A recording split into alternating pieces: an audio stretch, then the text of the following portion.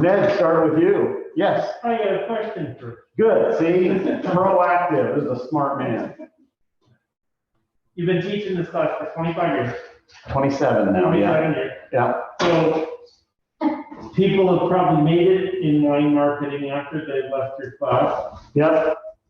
What does a successful career path look like? What do people do? You know, if we were to say, hey, I really want to play Major League Ball, you'd say, well, you probably want to start with Little League, maybe play in high school. Yeah. Yeah. What's a career path look like? Great question. And of course, the problem with a quick and easy answer to that question is that it all depends on, you know, it's that old wonderful Alice in Wonderland conversation. Can you tell me which way I ought to go from here? To which the Cheshire Cat says, well, it depends on where you want to get to. And Alice says, well, it doesn't really matter. In which case he said, well, and then he says, you can go any direction you want. Certainly there are people who have taken this class and started their own wineries. So there's one path. And some of them started quite small and grew, and others had money that was invested, so they grew more quickly. So certainly one path is start your own winery. It really depends. Some people have taken this class and gone on to pursue a goal in distributor sales. I've had students now who are working for Southern Wine and Spirits and Young's Markets, and they got a job selling wine first in a smaller territory. One of the things I love about the distributor business is they start you in a small, unprofitable, and very difficult territory. And if you're successful there, they give you a bigger territory. And if you're successful there, they give you a bigger territory until you're working at a really big territory. So the answer is the harder you work, the harder you have to work. There comes a point where that failure is a self-fulfilling prophecy in a sort of a situation like that, because most distributors are not set up the way a lot of companies are, where as you get a bigger territory, you then get people to work underneath you. No. You just cover more territory. So, but distributor salespeople, that's one option. I've had people go from here to become sommeliers or restaurant managers and in charge of the wine program there. I've had people from this class go through, many of them work in tasting rooms. I would caution you a little bit that if your long-term goal is to become the senior vice president of marketing for Constellation Wines, tasting room is probably not where you want to start. There is a bias in the wine industry in many ways against people who work in the tasting room, in that they're very nice and they're very pleasant, but they aren't really executive material. Now, in smaller wineries, that changes a little bit because they see somebody in the tasting room who can really sell. And the next thing they do is they say, well, listen, you're good at this. Why don't you take one day a week and drive to Sacramento and sell our wine into restaurants in Sacramento? And they actually take that person and move them up into a sales position. The other thing out of a tasting room is that you often get people who start in the tasting room and either move into managing a wine club. And if I were looking at a career in the wine industry right now, managing a wine club probably is what would strike me as being the most likely. And I say that because everybody's moving to direct to consumer sales. And most wineries do wine clubs very badly. And most wineries don't actually run their wine clubs in a way that is attractive to their customers. And somebody who can really go in, you know, one of my students, Susan DiMattei, now has a consulting business, and all she does is tell people how to run wine clubs, and she's damn good at it. But she came through this class. So all of those are options, as well as events coordinators. You work in a tasting room and you start working events, and there comes a point where somebody turns to you and says, why don't you just become the events coordinator for the winery? Maybe a full-time job, or it may be 2 days a week in the tasting room and 3 days doing events or whatever. But all of those are different options and directions you can go out of this. And I've certainly had people who were in junior positions in the wine industry, who then became, whether moving from tasting room manager or something like an assistant, a marketing assistant, into a brand manager and moving up the category that way. So all of those are options. Did that answer your question? Yes, thank you. I also have a question. Good. If you can please clarify once more, probably for everybody here, except for myself. Moving forward, what is the process to complete the class? And so the two options that are. Yes. So the two options to finish the class. 2 weeks from today, you will have an exam. You can take the exam. If you pass the exam, all of you have a good grade on the midterm. So if you pass the exam, you're home free. And if you've paid attention in class, if you've read the book, I believe it will be relatively difficult for you to fail the exam. I am not someone who gives exams with the idea of trying to trick people into making mistakes. I ultimately believe that an exam is the best use of an exam is to determine whether or not I've done a good job of teaching. So the most important topics are the ones that are going to be in the exam. The most important concepts are going to be the ones in the exam. And if you know the most important topics and the most important concepts, and you answer those questions correctly, you will pass the exam. Is this an in-person exam or online? In person. In person. Yep. It's 2 hours. I don't believe anyone has used full 2 hours to take the exam. It's much more likely to be somewhere between 45 minutes and an hour and a half, depending on how fast you write. What's the format? Short answers. So in fact, I always say there's a question followed by a blank. And if your answer doesn't fit in the blank, it's the wrong answer. Okay? You know me, Paul. Yes, I do, Mary. So you said there's no essay question. There are no essay questions. There are a couple questions that sort of say why, and you could certainly write a book as an answer to that, but given that you're only given two lines after the why, short and sweet is the way to go. Every year I have somebody who writes away on the exam and then turns the page over and continues the answer all the way to the back. Yeah. Mark, you have Closed book, no notes? closed book, no notes, you won't need notes. Yeah, this is going to be the 13th, right? Yes. Yep. Other questions? So the second option is To turn in a project based on the same format as your midterm project, but with a business that you have chosen. And you need to clear that with me before you do it. Right now, I think I only have 2 students, Sunny and Marie, who have told me they want to do this for their project. Do I give it to you now? Whenever you want, Marie. I'm here all night. So yeah. There you go. There you go. I won't grade it right now, though. Good. Great. And often, during the course of the 27 years, often I've had a student who turned in a project like Marie just did and then say, I'm going to take the exam anyway. Because if you take the exam and you get a higher grade on the exam than you get on your project, you get the higher grade. Well, actually, you get to pick. So if you would prefer to take the lower grade, completely up to you, right? But most people choose the higher grade at that point. So, yeah. Okay, other questions? Clear enough? Well, there were some links that didn't work and some things we couldn't post. So do we have a make up work or credit for those things? I believe I fixed all of those, but I could be wrong. You are absolutely, if you have been frustrated by Canvas, take a number.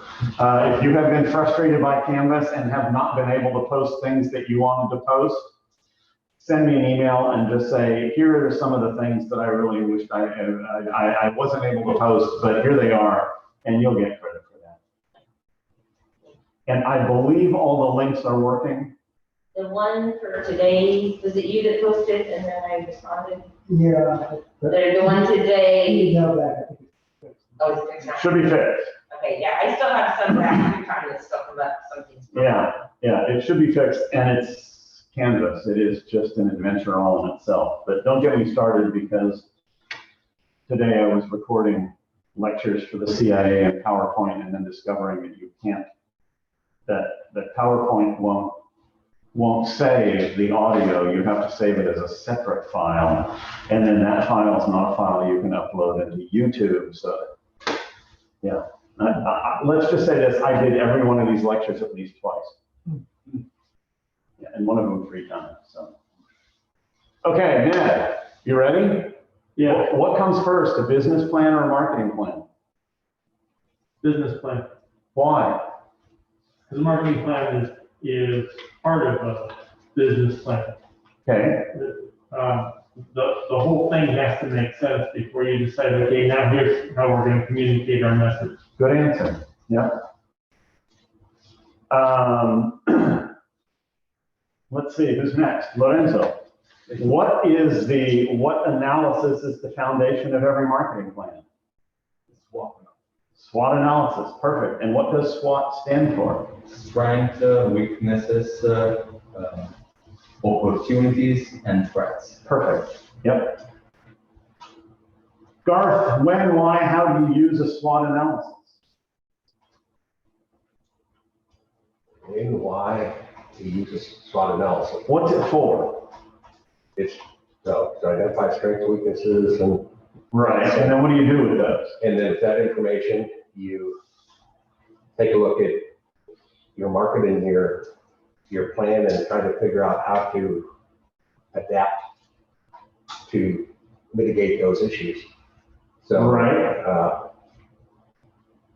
you're either trying to build on your strengths, or you're trying to mitigate your weaknesses, or take action to eliminate your weaknesses. That's what. All of those things are true. Yeah. Anybody else want to add one more thing to that? Look at the SWOT, it's sort of the foundation of the building block of your marketing plan. It is. And your marketing plan is based on? That's, frequency would be when, each time you evaluate your business against the performance, your business plan against your performance. Maybe to help identify your target market? You're trying to identify something, but it's not exactly your target market. What the SWOT analysis ultimately allows you to do is figure out what makes you so special. It helps you, the whole theory, and Garth, you're right. You focus on your strength, you try to eliminate but the end goal of all of that is you put it all together to say, this is what we have to hang our hat on. This is the pitch that's going to work, because this is what we're best at. This is what we do better than anybody else. We don't have weaknesses in this way. So it really identifies the key theme to your marketing, your positioning. So it allows you to build that bridge from your SWOT to your actual position. Right. Yep. Mark, is marketing a battle of products or perceptions? Perception. And why? That's all that matters is perception. People perceive equal products differently and will pay a lot more for what they perceive. Yeah. Generally, consumers don't know the difference between products so much as they know the difference between brands. Well, brand is not a product. Brand is the image. Okay. Sonny, what are the 4 Ps of market positioning?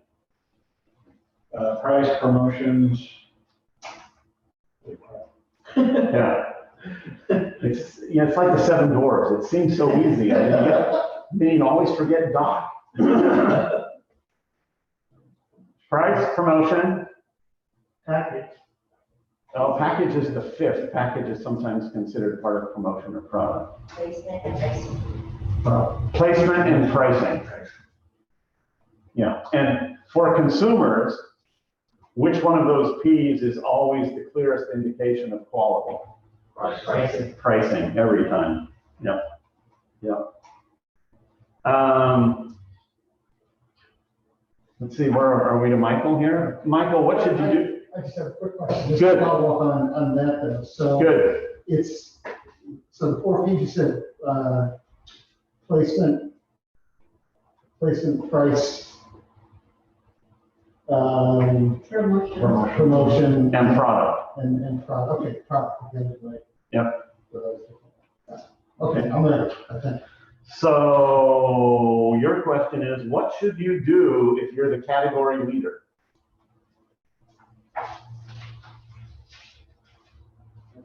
If you were the category leader, what should we do? Think sailing. Think a sailboat race, Michael. If you're in front in a sailboat race, what's the only thing you have to do? Keep pricing. Stay in front. Yeah, stay in front. And specifically, stay in front of who's second. Stay in front of that? Stay in front of the boat that's second. So if you're number one, your primary job is to stomp on number two. Okay? Because they're your closest competitor and they're the people you gotta beat. Okay? So Diego, here's the great question for you. If you're number two, what do? You're trying to catch us number one. You do. You go out and try to beat number one. And in sailboat racing, this is very clear. Because in a sailboat race, particularly when you're going upwind, which is where sailboat races are won, the wind is fresh and clean and you're in front and you're going just fine. And the guy behind you, if he's sailing behind you, you're blocking some of the wind. Gets shaped. So what does the guy behind do? He changes direction. What does the guy in front do? Changes direction to stay in front of him. It's a perfect example for marketing. Yeah. But you still gotta watch the whales. Yeah, you gotta watch There's the still other things that can. Okay, Mary Beth, this one's special for you. What do you do if you're sixth in your category? You change direction a whole lot. If you're six in your category, depending on how big your category is, you look at your plan and your vision and you see how you're doing. Yeah, you don't have that much room on the page, Mary Beth. You were going along good there, but it's a shorter answer than that. Are you in the right category? Yeah, you pick a new category. You try to create a new category because nobody cares about who's sixth. So if you're not one or two, get a new category. Okay? But how many categories can there really be? Like, Walk- it really works that way? Let me ask you this, Mary Beth. Walk into a bookstore. How many categories are there in a bookstore? Yeah. Well, okay, along the way. What are the 3 tiers of the 3-tier system?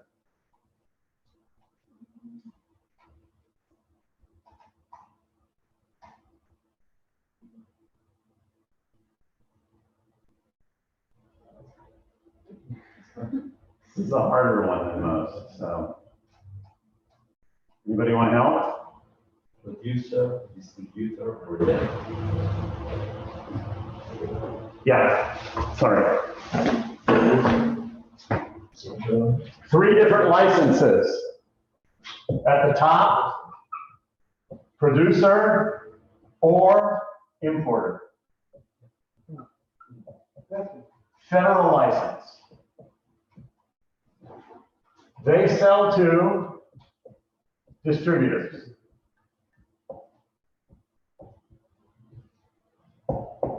And a separate license. And then these people sell to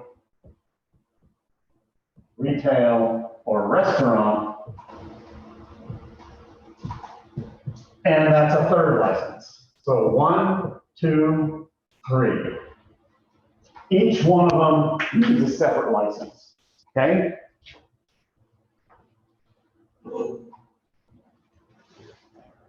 And the bottom 2 are usually state licensed. State and sometimes local. So for example, it's a state license, but then the city controls how many licenses there are, or even where those licenses can be held. Where are we? Marie, which sales channel is most profitable for a winery? Media, That's not a sales channel. a direct sales. Direct sales. Why? And no, that's not a separate question. That's a follow-up question for you. So, why are direct sales more profitable? Well, the consumer can touch and taste. Yeah, but why is it more profitable for the winery? There's no middleman, you don't have to discount it to sell it to the restaurant. Yeah, the winery receives the full retail price, right? Make two levels of- So, for example, when these people buy wine, they're only paying 67% of the retail price. When these people buy wine, they're only paying 50% of the retail price. But when the customer buys wine, they're paying 100% of the retail price. So You have your overhead calculated, right? you do, absolutely. Yep. So when you say direct, my opinion, whether it's right or wrong, so. Yeah. Right? Your direct sales, like your wine club people should pretty much be the most profitable, right? Yes. A lot of overhead, but then they'll upsell themselves. Yep. Yep. And the next follow-up question is back to Ned, which is why don't all wineries sell direct to consumer? Because not everybody's good at everything, and some people aren't good at doing the SWOT analysis and figuring out who they are and what makes them special. And so, but I got a friend who's a distributor, and he'll buy it. All of those may be true, but that's not really the reason that Robert Mondavi Winery doesn't sell all its wine direct to consumer. Because they've chosen a different category. They'd rather get to the consumer through the restaurant. I think it's contractual. We've made small contractual commitments to these folks. It's volume. The market is limited. Robert Mondavi, if you include Lodi Woodbridge and everything, it makes 10 million cases of wine a year. No way you can sell that direct to consumer. You don't have, the tasting room you would need would be the size of Pac Bell Park to sell that kind of wine. So the reason they can't do it is they simply need the volume. Yeah. Now, it's true that that's the larger volume is part of their business plan, et cetera, et cetera, et cetera. But the real answer is volume. Okay. But that argument in itself doesn't eliminate them also having a retail. No. They all have retail rooms, most of them. I don't think Barefoot has a tasting room. Yeah, there's some that don't bother. But absolutely, yeah. Next question. This is for Lorenzo. What message should your graphic design communicate? Good question. Quality. Okay. What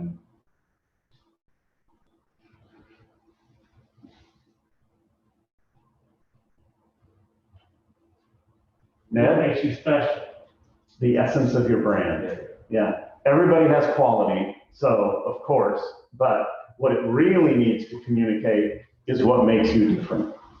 Which is why when you are hiring a graphic designer, if all of the graphic designer's work looks the same, whether they're working for a garbage company or a restaurant or a bicycle shop or a winery, they're not communicating the essence.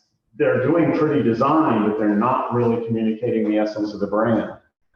And what you want is somebody who does it not necessarily pretty, but absolutely captures the essence of your brand. Garth, what are 2 advantages of public relations? 2 advantages. The public relations campaign. So. Well, you build relationships and you can influence perception. Okay. Let's compare that to advertising. What are 2 advantages that public relations has over advertising?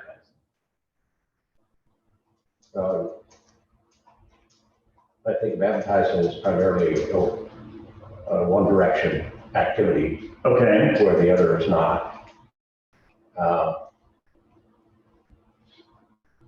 It can also be done, it can be done on a cheaper basis since advertising. It certainly can, so that's one. It is, yeah, and I do actually like your answer that public relations allows for a level of engagement that usually doesn't happen in advertising. That's a pretty good answer. I would have accepted that. I would accept that answer on the exam. Okay. As well as it's less expensive. There's one more, Marie. Access to masses? Yeah, advertising also gets you access to masses, although it often costs more. I'm sorry, what, I didn't hear her answer. Access to masses. Oh, To a large I audience. got it. VR can target the audience. You said, I'm trying to think what is it right there in the word managing your public? The publics that you define? Yeah, but there's one thing that you can get in public relations that that is very difficult to get with advertising. So what's the difference? Go ahead, Mark. You might, that include media coverage, right? Yes. Yeah. And what is media coverage? What's the difference between getting a story in the New York Times and putting an ad in the New York Times? Most people give it more credibility than that. Yeah, exactly right. People believe public relations because it's somebody else talking about you. People are less likely to believe advertising because it's you talking about you, and aren't I special?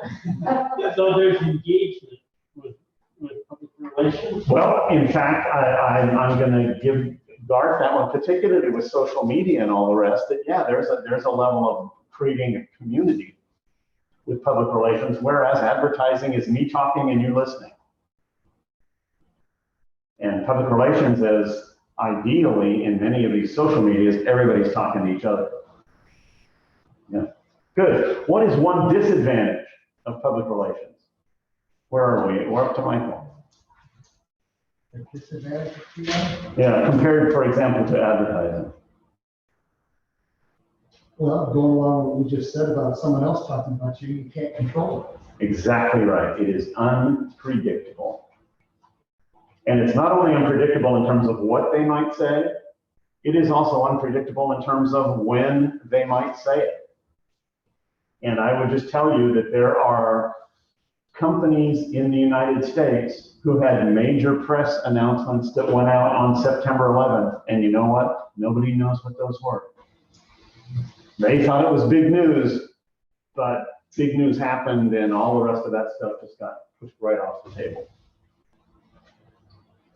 Sonny, what goes in the first paragraph of every press release?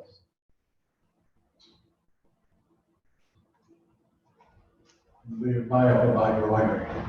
Well, it's the history of the story. What makes you so special? No. That should be somewhere in every press release, but the first paragraph has to have something very specific. Is that one? Your mission statement. What's a press release about? Or at least something unique that you want to share with people. Not even that, Mark? Well, a change, yeah. Right, or what we would call in the news media, News. news. What goes in the first paragraph? The news. The news. Yeah. Don't make people read to the third paragraph to find out the news because they won't get that far. So what I always say is, it's a great line from Rudyard Kipling. I keep 6 honest serving men. They taught me all I knew. Their names are how and what and when and why and where and who. That's what goes in the first paragraph. All the stuff. The news goes in the first paragraph. After that, you can get into mission statements and all the rest of that stuff, sure. First paragraph, there's a reason we're sending out the press release. This is it. Okay? Oh, Mark, this is a great one for you. You organize a marketing campaign. What are 4 ways to measure its results? Change in sales volume. Yep, If you have a tasting room, walk-in traffic. good. What? I guess orders from, well, same thing, sales volume, orders from your distributors. Okay, Let's see. at least one more. Some sort of feedback, Yeah. So we were talking about where do you get feedback? social media. Yeah. Twitter followers, Facebook friends. Would names, like relationships, fit into those 4 things? Absolutely. Absolutely. Yep. People signing up for the wine club, people signing up for the newsletter, visits to the website. All of those are ways that you can measure. Marie, What was the third one about distributors? he said distributor sales as So that's the well. same as, Orders from distributors. Well, and comparing them to the goals, Comparing them to the goals that you to set. the goals. Yes. Yep. Good. Diego, 4 uses of the internet in marketing. So you got like a point of sale system. Okay, that's one. Yeah. You got social media. Good. You have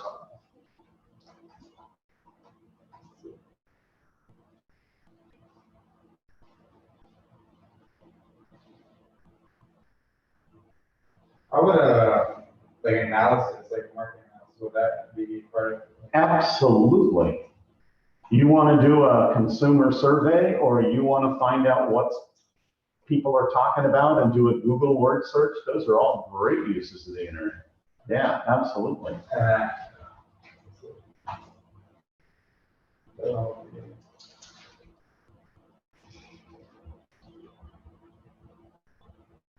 I'm already giving you 4, so yeah.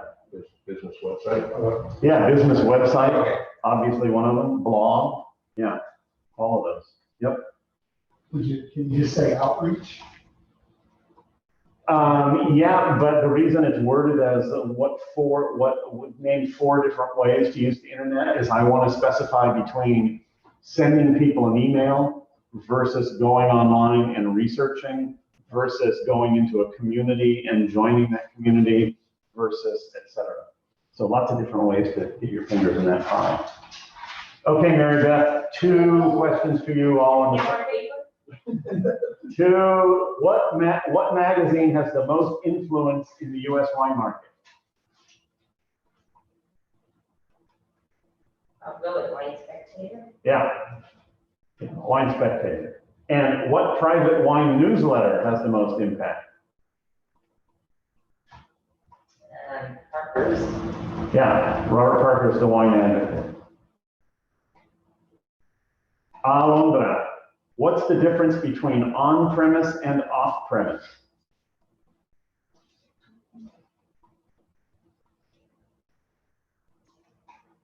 Think of where you consume the product.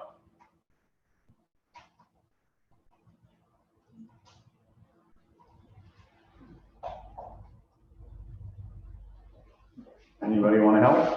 On the place where the product is produced versus off the property where the product is produced. Not where it's produced, where it's consumed. On premises at a facility, in a That's right. tasting room, in a bar, in a restaurant.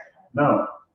On-premise means you are drinking it when this. Under the license where it's sold. So it means a restaurant, hotel, You're purchasing it there. bar. Yeah. You're purchasing it, you're not usually getting the bottle. You're usually just getting it in glasses, right? Off premises, a grocery store and such, right? Where you have to take it away. Off premises, they sell it to you in a sealed bottle and you have to take it away before you can drink it. Tasting rooms really sort of off. Tasting room is a unique, Either one. yeah, I mean, technically, it's off premise because you are not, well, actually in the Napa Valley, you often are. I was gonna say you're not paying to drink the wine, but you're paying to taste it. So Maybe call- tasting room is both. A lot of wineries, you can buy a bottle of wine and sit.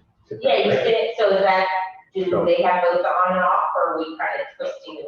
Tasting rooms are a separate license entirely. But when you buy a license from the state of California, it can be an on-premise license or it can be an off-premise license. If it's an on-premise license, it's for a bar or a restaurant. And up until COVID, you could not sell a sealed container out of a restaurant. If they sold you a bottle of wine, they had to open it for you before they could hand it to you. And off-premise, a retail shop, they cannot open the product before you take it. You have to take it away and then you have to open it. So when COVID started, they made all those kind of special exceptions to kind of help people stay in business, and Yes, they could do off-prem even if you were on-prem. Yep. Did they actually make people change their licenses, or they No. just said they were gonna be cool for a while? that's right. Oh, Tom, going back to tasting rooms. So, Yeah. and I think you said, if some places you can buy a bottle and drink it right there. If Yeah. you want to offer that, those are two different licenses, right? Yeah, but tasting rooms are a separate category. Tasting rooms are a separate category that says a wine producer may have a retail sales location. They can taste, they can sell, they can do anything they want on that location. All under that one, oh, okay. Yeah. Because I've been to a couple where so it's just their choice that they give that option. If you That's want right. Yep, That's by choice, okay. yep. Marie, what are two disadvantages of advertising? Cost. Yeah, that's one. It's expensive.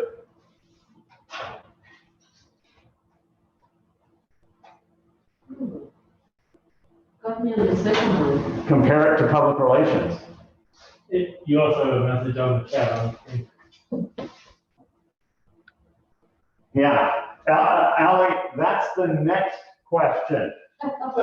Be patient, So, but she is right. What did you think? What was it? Well, what she says is it's hard to target your dollars because they're reaching an audience, the whole publication, and not everybody who reads the publication may be interested in your product. So she said, where does your money go? And you're not quite sure. Yeah. Other one is that for many people, advertising is not credible. They don't believe it. is no what? Credible. Oh, terrible. They just don't believe it. Okay. Well, and So Ally's answered the next question. it also it can be very slow and unresponsive. I mean, Can it be? yeah, advertising is a long process. Yeah, So Yeah, trying to usually. change is yeah, hard. yeah. So the next question, Ally has already answered, because the next question was, I know that half the money I spend on advertising is wasted. I just don't know which half. What did he mean by that? And what he meant by that was, when you buy an ad in Sunset Magazine, half the people reading the magazine couldn't care less about your product. You're spending money to reach an audience that doesn't care. Good. To be successful in social media, Ned, what do you need to do to be successful in social media?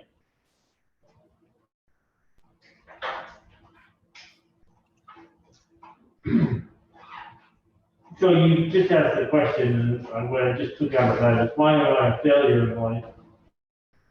Because it's so easy to do social media poorly. Right? So what you need is You need to know what makes you special and to have a way to communicate that credibly Yeah, in a way that people actually find interesting and want to pay attention to. yeah. I'm gonna add one more thing to that answer. Because it is I think the thing that wineries do worst in social media. They identify their key point of differentiation. They got a plan. But if you're really gonna be successful in social media, you gotta be on there every couple days. You gotta put the time in. And the idea that you start out great and you make 3 posts in the first week and 2 posts in the next week and 1 the third week, and then you go a week without posting, and then you do a post, and then you go 3 weeks without posting, and you do not have a social media campaign. I don't know what you got, but you don't have a social media campaign. Well, many aren't very good about targeting their customers. Yeah, It's more than just, throwing up a thing on Facebook and hoping. yep. Okay. If you are going to hire a design firm, Lorenzo, what are 3 things you need to tell them?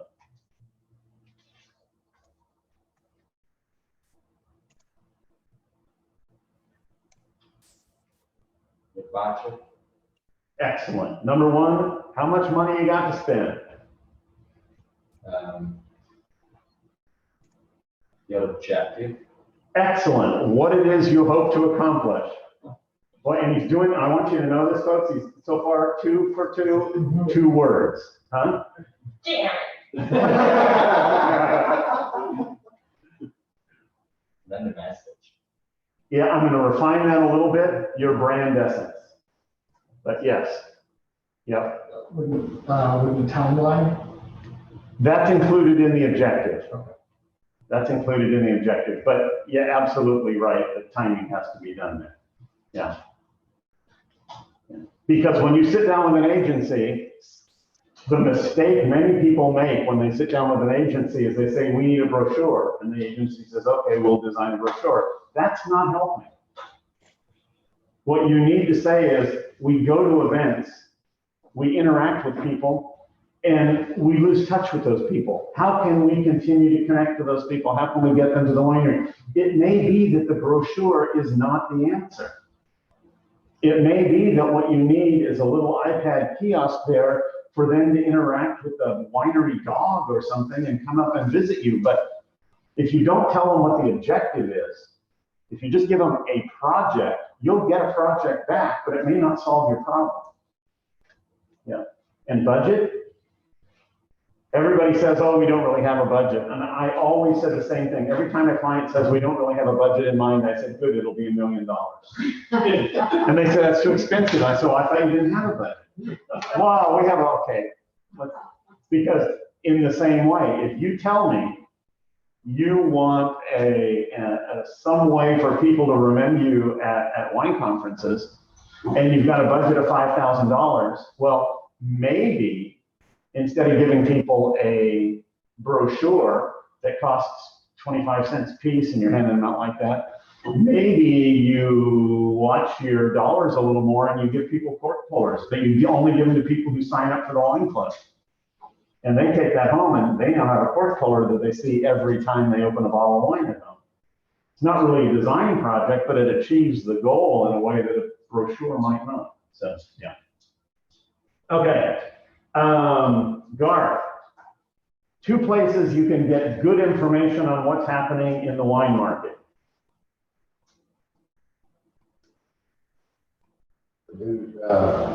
Internet and news media. Okay, more specific than internet and news media.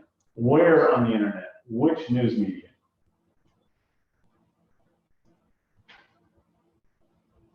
Think of any publications? Any websites?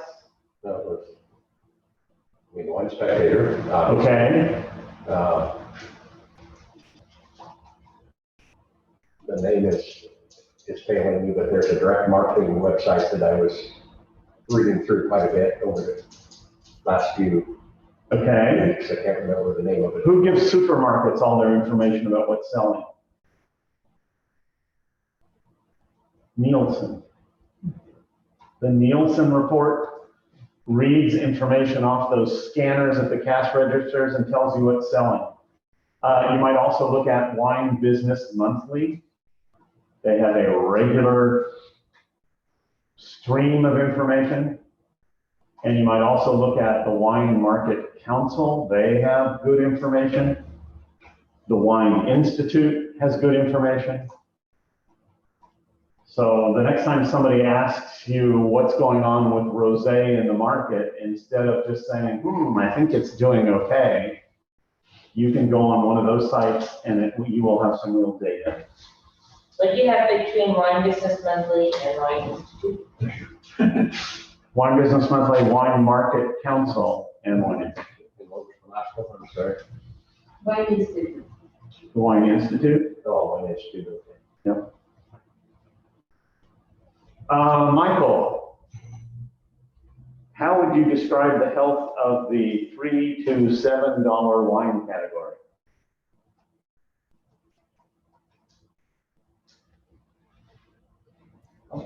How big is the blank space I have?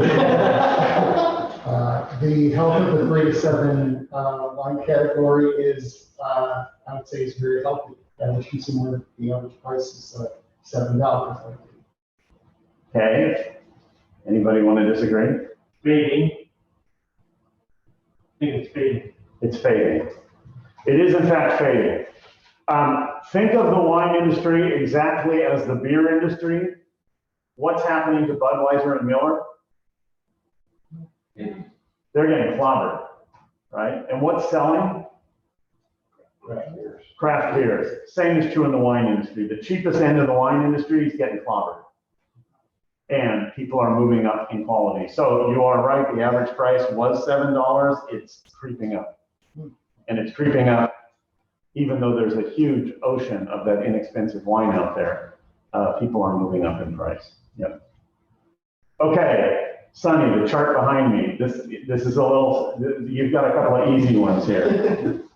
Because the first question is, if the suggested retail price of a wine bottle is $24, at what price does the retailer buy a $24 bottle of wine? This is a math puzzle. It's a word problem, as we would say in the 4th grade. Retailer buying it at $7 a month. Nope. 16? 16. 16. You had the ratio right, but you had the wrong side of the ratio. Okay? They're buying it at 16 and selling it at 24. Okay? At what price does the wholesaler buy the wine? Okay, Mark, this is too easy for you, but go for it anyway. 50%. Yeah, $12. $12 a bottle. Yeah. What was the question, sir? At what price does a distributor buy the bottle of wine? And it's half the retail price. We're up to Diego. What's happening in the $40 a bottle range in the world of wine marketing? I think it's getting more full, right? It's better, it's healthier. Yeah, it's growing quite strongly. Yep. Mary Beth. This is a good one. This is a good one for you. What is brand loyalty? Dedication and repeat return customers To a brand. to that specific. Yep, perfect. Yeah. Does it exist in the wine industry? Absolutely. Right. Absolutely. You think? I'm totally brand loyal. Yeah. To which brands? I tend to go to Frank Family and Rumbauer, Okay. and then if it's a cheaper wine, I go to Kendall Jackson. Okay. That's relatively rare. Most people in the wine industry, when they buy a bottle of wine and like it, instead of going back and saying, give me 10 more, they go back and say, what else do you have that's like this?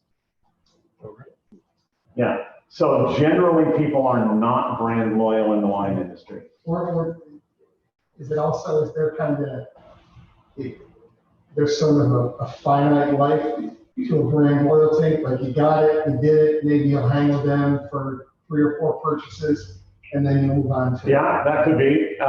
You certainly see that in wine clubs. And in Mary Beth's defense, Ronbauer is a brand that does have brand loyalty.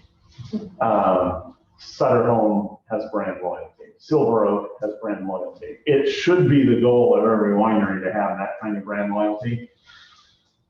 But Sterling doesn't have it. VV doesn't have it. So did they done research, Paul? 'Cause that's where my mind would go, is some have brand loyalty, some don't. Has there been any research to say it may not because of the brand, but it may be more because of personality traits? Like you have fight or flight, you could be loyal versus adventurous. You know, you have that back of the car thing that says all that wander is not lost. So they might be trying things all the time. Right. Certainly some of that comes into play. Some people are more likely to be brand loyal. Some people are more likely to go back to the same restaurant and order the same dish every time because they like it. And some people are more likely to go either a different restaurant or the same restaurant and order something completely different. But in the world of wine, what happens is people like to play around. They're not particularly faithful to their brands. Yeah, Murray, you had a. What I use it as a bar, like I like the Chardonnay from Rombauer, Right, but I use that as a bar with other Chardonnay. right, Yeah, that's what he said. Yeah. I was like, I like one better, so what else do you have? It's like, right. Benchmarking. Yeah. But again, Rombauer, Silver Oak, there are a few brands that have that, and it should absolutely be a goal of every brand, but most brands do not. Okay? Excuse me. Yes. You're starting to say something about wine clubs, it just occurs to me, people don't stick with their wine club. That's right. So is there a figure, like, people stick a year, most people stick? Yeah, 18 to 24 months. That's it, that's the average. 18 to 24 months. In the Napa Valley, it's 24 to 30 months. A little longer in the Napa Valley. And part of the reason is that after you've been a wine club member for 2 years, you walk into that little box in your closet where you keep all your wines, Yes. and every single bottle in the closet is the same damn brand. And you think, geez, I gotta get out more. So I just took wine to Thanksgiving and I had a lot of people that travel. So I said, I'm gonna bring all the wine, you guys don't worry about it. Yeah. And they came for the whole week. And after like the fourth night, my brother-in-law was like, do you have something besides Domaine Cognac? Can we try something else? Like, oh, okay, well, here's all the Rock Creek stuff. Yeah. But I had so much in my cellars, that was all the same, Yep. all the different things, because I guess I am that brand loyal. Yeah. Then I had all the GD, because they closed down during COVID and they only do case sales. And their case sales are like $70 a case for what's normally like $300. Yeah. Yeah. When you do wine. Yeah. It's crazy, like I ended up bringing Domaine Cognac or something, I'm like, how can you not? Okay, Alondra. Name 3 wine categories or wine types that are growing in the market right now. What kinds of wines are becoming more popular?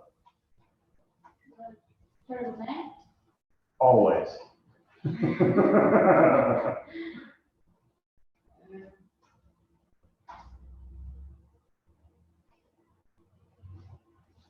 Sauvignon Blanc? Not so much.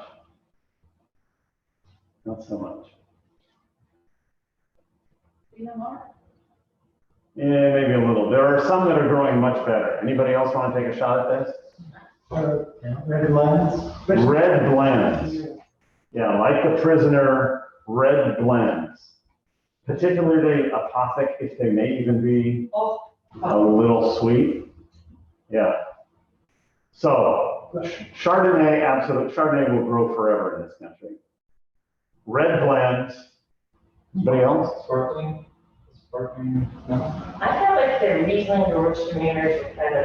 There's one that's much easier than that. It's much bigger than that. Everybody look at Alondra. Cabernet? Who said rosé?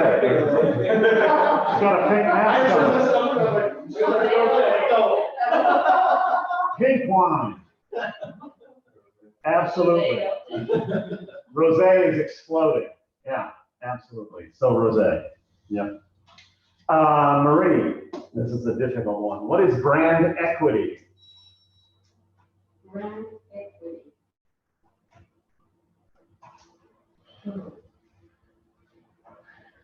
No. It's where the prisoner gets bought out by somebody for hundreds of millions of dollars. Yeah, It's the difference between the real assets versus the sales price of the bottle of wine. that's a complicated way of saying it, Gar. There's a simpler way. Selling it by its name. It's what your brand is worth. Yeah. And Garth's right. Take the vineyard out, take the winery out, take everything else out. What's left? The brand. What is that brand worth? That's your brand equity. So if you've done a good job marketing, your brand can be worth millions of dollars. And if you've done a lousy job of marketing, it's not worth anything at all. That's brand equity. What the brand is worth. Okay, where are we? Are we back up to Ned again? 4 things you'd want to include in a press kit.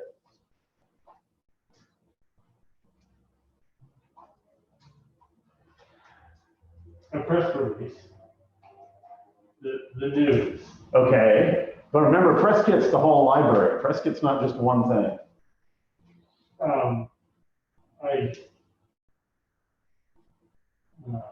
I know one, Go. history. Yeah, history. Good. Contact information. Sorry? Contact information. Always. Contact information on every single page of every person that might possibly be of interest, a biography. Yes. I assume the background would be the history. Background is a history. Tasting notes. Possibly. Include an article or the story. Well, the story is, the history is the background. So that is included. And we've got tasting notes and we've got biographies. There's one more thing that pretty important. The products, what are you selling? What do you? Well, certain products, that's the tasting notes. I'm including all that into a fact sheet on the brand. On the wine. The essence, what makes you special. Well, that's going to be in every article you write. But I'm looking at photos, right? Photos that people can use so that when they write the story, they can use a picture and not write 1,000 words. You said make it personal, Yeah, website address, phone number, yeah, all the contact information. Absolutely, Jeffrey. Yep. And 2 things you should never include in a press release, or rather a press kit. the press tab. The press kit? Did you say that you should like not put a thing about yours for the press to read? Well, that's on a website. Yeah, that seems silly to say this is for the press. But what should you never put in a press kit that you're going to hand to a journalist?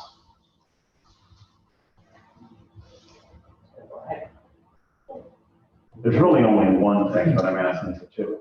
Your personal cell phones. Are you kidding? I can't tell you the number of wine writers that got my personal cell phone. Stories from another journal. Exactly right, Jeffrey. What did you say? Stories by other writers. Oh. Because they'll either say, oh, the story's already been written, I don't need to write about it. Or they'll say, what do you mean? This guy gave it 92 points. You expect me to be impressed by that?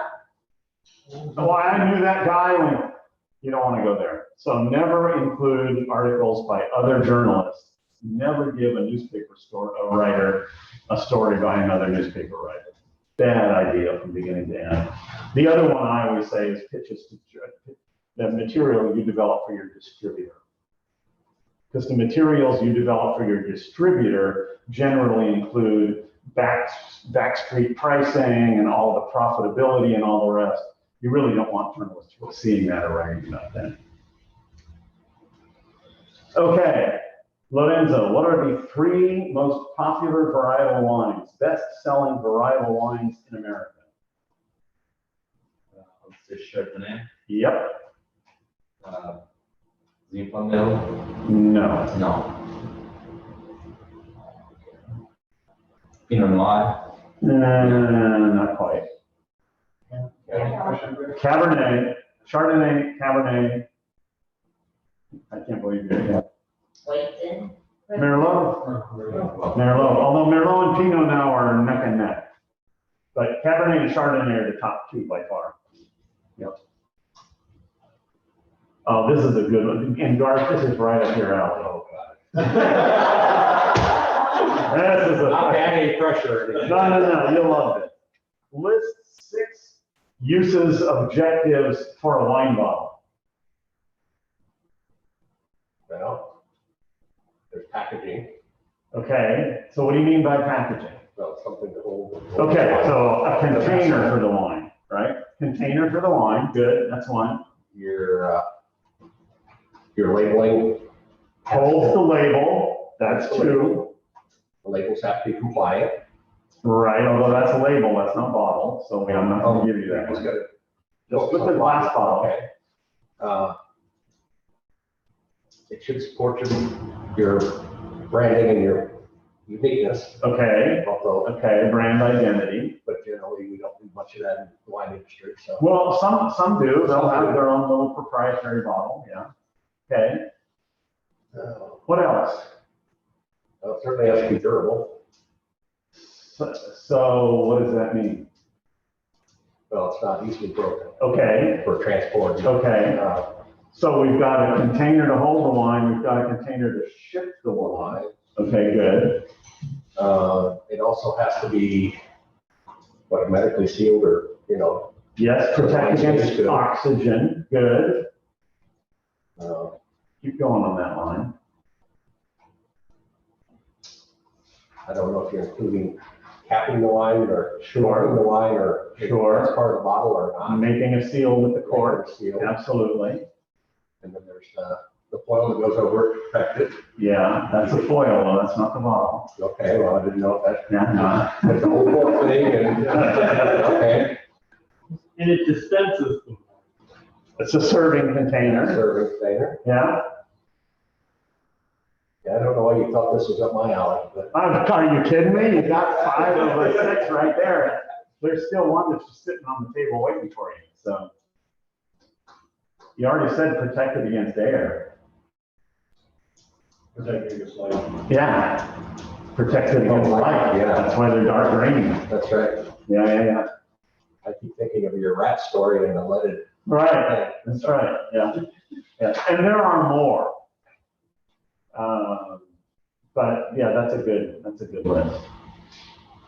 Let's see, Michael, why don't American wineries export more wine to Europe?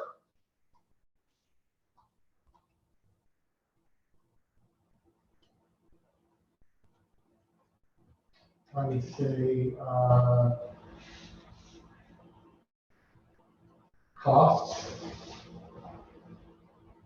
You're right, costs and interest. you're right, but explain what you mean by cost. There are a lot of middlemen in between that bottle you've made here in Napa. Yes, Between importers, exporters, right? the taxes, et cetera, et cetera. So why isn't that a problem for European wines coming to the US? There's a greater demand. So they can overcome those costs by the amount that they bring into the country. Something on the screen. Okay, so Jeffrey says the target consumers for American wine are in America. But let's not forget, it's possible to create, there are wineries that ship wine to Europe. The real problem is, you were touching on it, Michael, but you weren't quite getting to the crux of the matter. The cost of the wine. Yeah, the American wine industry is structured to be competitive in the US market. So when you ship it to France or England, you take a $50 bottle in Napa and it becomes $150 or a $200 bottle in Europe. The wines we are getting from Europe are $2, $3, $5, $10 bottles of wine in Europe. And they get here and their 10, 15, 20, $40 bottles of wine here competes very well with the $50 bottle of Napa wine. In the other direction, we're shipping wines that are now selling for $150, and the Europeans can buy their wines at $2, $3, $4, $10 a bottle. So all of a sudden, $10 a bottle versus $150 a bottle, absolutely not competitive. Are the individual country taxes, does that have an effect on? Not so much. There are a few wineries who have made a significant effort. Wenti is one that does a good business in Asia. But in general, American wines are priced to be competitive in the US market, whereas European wines are priced to be competitive in the world market. And there is a big difference between those two things. Okay? Oh, Sonny, this is a good one for you. If your winery is in a trade association, so Napa Valley Vintners, Russian River Vintners, Petit Syrah, I Love You, Zinfandel, whatever it is, what should you do if you're in one of those organizations?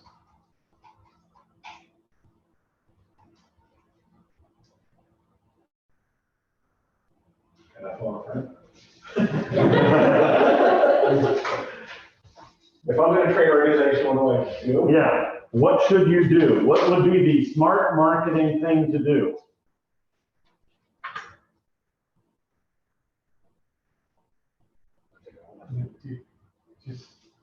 You make sure that you are involved in that trade organization, you participate. Become the president. Because if anybody does a story about the trade association, who are they going to talk about? The president. You want to be the president. That's what you want to be. Yes, you got to get involved, but with the goal of becoming the president. Yeah. If you're going to be in an organization, be the big dog. Yeah.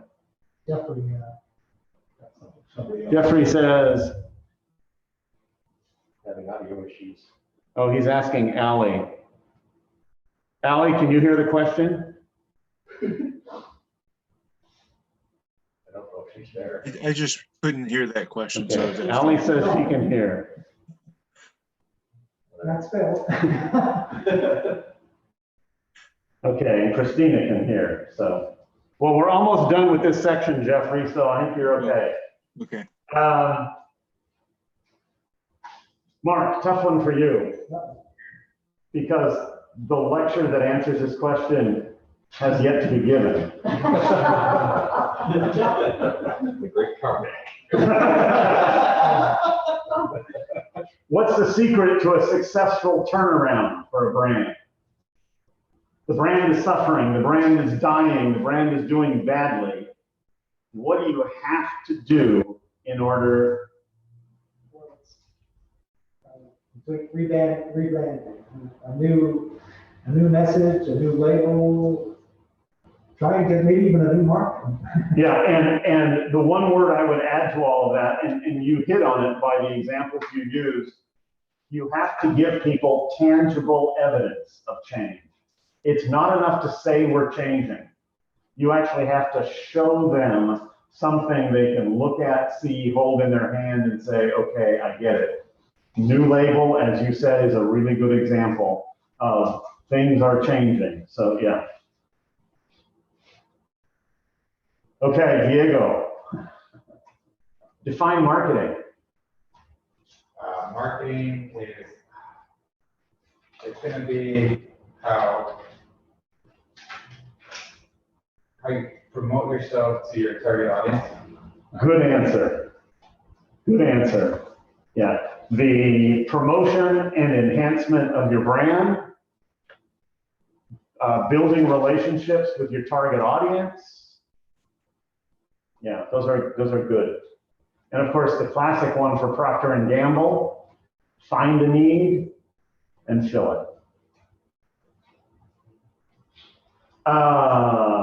Mary Beth, this is too easy for you. What kind of products do distributors want? Profitable ones, and I would add one more word to that. Popular. Popular or profitable and easy. Yeah, once they don't have to sell. Ones they don't have to sell, ones that sell themselves and make lots of money. I can get that down to 2 words. Yeah. Okay, Alondra, one last one for you. If you discount your wine or offer coupons, how does that affect your brand?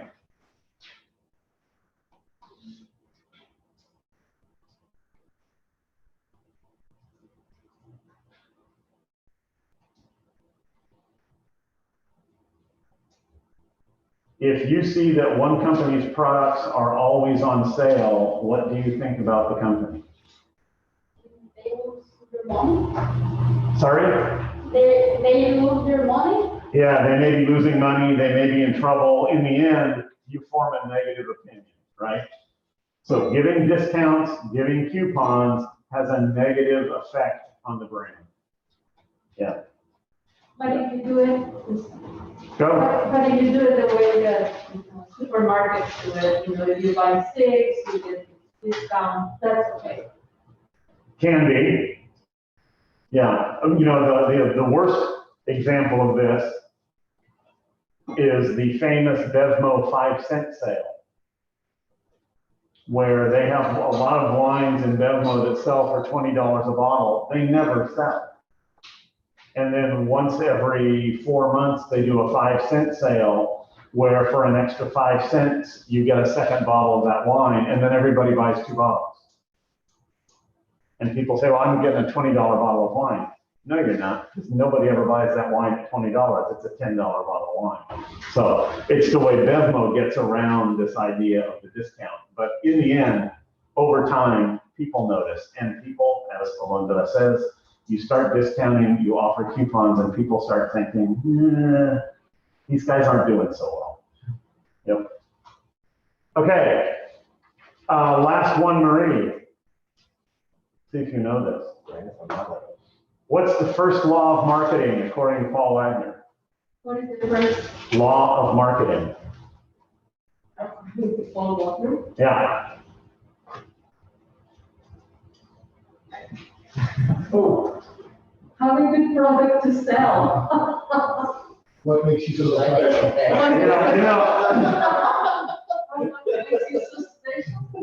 That's a good answer, but actually the answer, what I always say, the first law of marketing is, you're not the market. So don't tell me that you don't like this wine. Don't tell me that you don't like this label or you do like it, because you're not the market. The market is those people out there that are gonna buy it. And way too many wineries spend a lot of time trying to sell their wine to each other. And they're not the market either. So, okay, questions?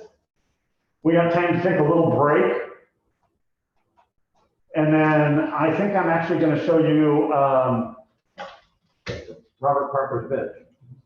So that's 41, you said there was 80 something, so is that sampling or? That was 80 questions. We come to 42.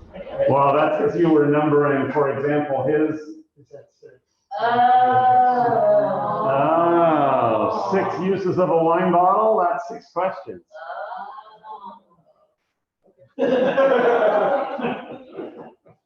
Yay!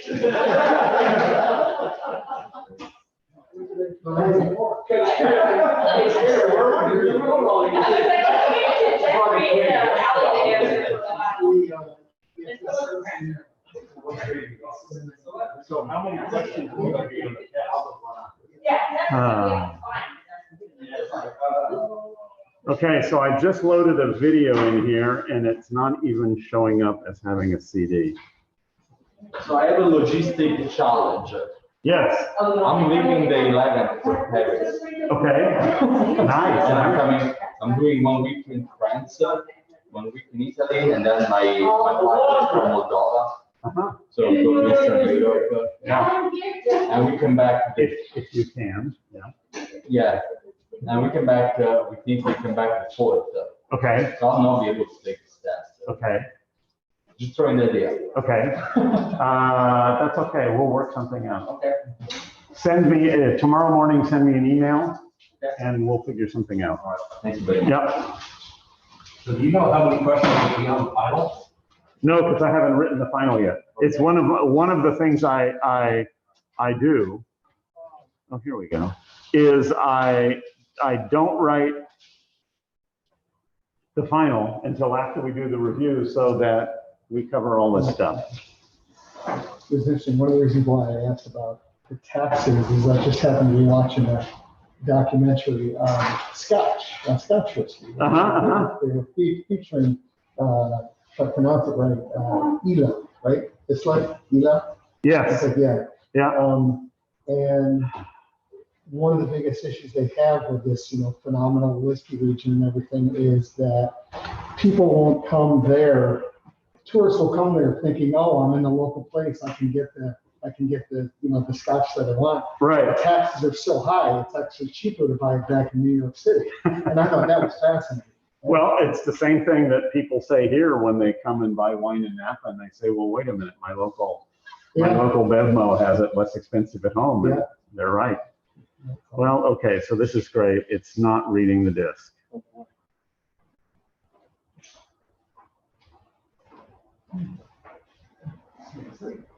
Mark, how are you? Good, how are you? It's great to hear this. Technology. Yeah, well, Napa Valley College, you gotta love it. So he's from Mexico? Oh, excellent. It's Cajeta? Cajeta de leche. Yeah. Cool. Okay, my wife is going to enjoy that. Thank you, dear. Okay, it's insert a disc.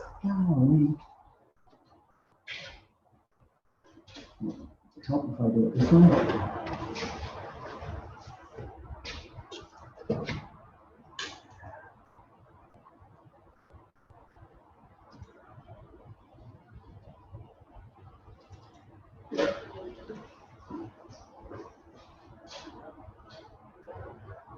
Yeah, I was starting to stress over the final and what would be on it, so this is good. Good. Yeah, I don't think we need to stress.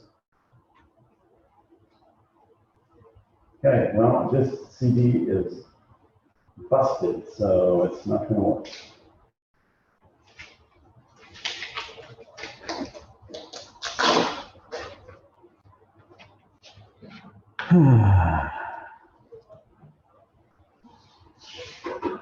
Yeah, I think the brand loyalty and getting all the same cases over and over again. And a lot of my friends, they find out what tends to be in their cellar is all their least favorite stuff. That's right. Because they drank the stuff that they enjoyed. Yep. And then the stuff they didn't just kind of languishes in their cellar or their closet or wherever. Yeah, as I say, I have a friend was one of the most important winemakers in the Napa Valley, and he always said that his cellar was full of wines and cakes. Right. Because anything that's good, he drinks. Right. And anything that isn't good, he puts in the cellar. Yep. Okay. But if I look at the wines I buy in volume, Yep. I buy the case and stuff, Yep. there's brand loyalty there. And Yep. I'll try a bunch of other stuff, but I'm usually not buying it by the case. So it's, Okay, so why isn't my... There we go. Okay, good.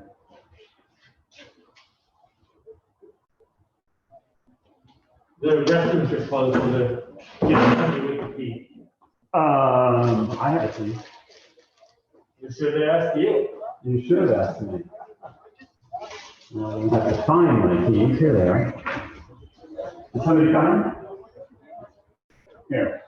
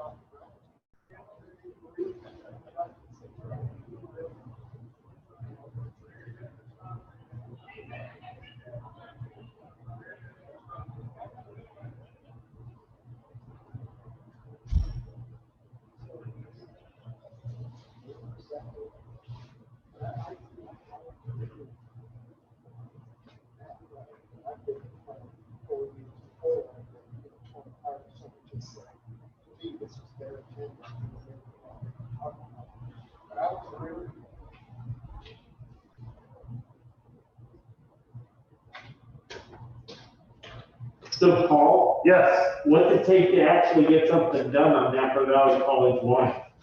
that's a hell of a question. I was very happy to read what you put in your weaknesses on the SWOT analysis. That the resistance slash lack of action by the administration was a significant issue, and it really is. I wish I knew the answer beyond that, but I don't. The good news is we have a new dean. You met him, Doug Marriott. He seems quite committed to the program, and he seems competent in terms of his ability to negotiate the complexity of moving a public educational institution into some way that becomes supportive of what is basically a business. So I have hope. But we've had 4 deans in 4 years, and every single one of them was very much. They yearn to make a difference. Yeah. A lot of times if you get people and I always used to kind of joke about it in some of the business that I said that, you know, you have my full support. That was kind of, you have my full support. Oh, what exactly does that mean? Yeah, I don't want your support, I want work. Yeah, is that the $1 million check you're writing, or is that, Right. I'll be happy to encourage you? Yeah, And there's a lot of encouragers out there. yeah. Well, in fact, the president of the college who is leaving is someone who was always very supportive. Right. But I never once saw him make something happen. He's perfectly happy to say, oh, I think this is great. Yeah. But never once did I see him step forward and say, okay, and I'm going to make sure it happens.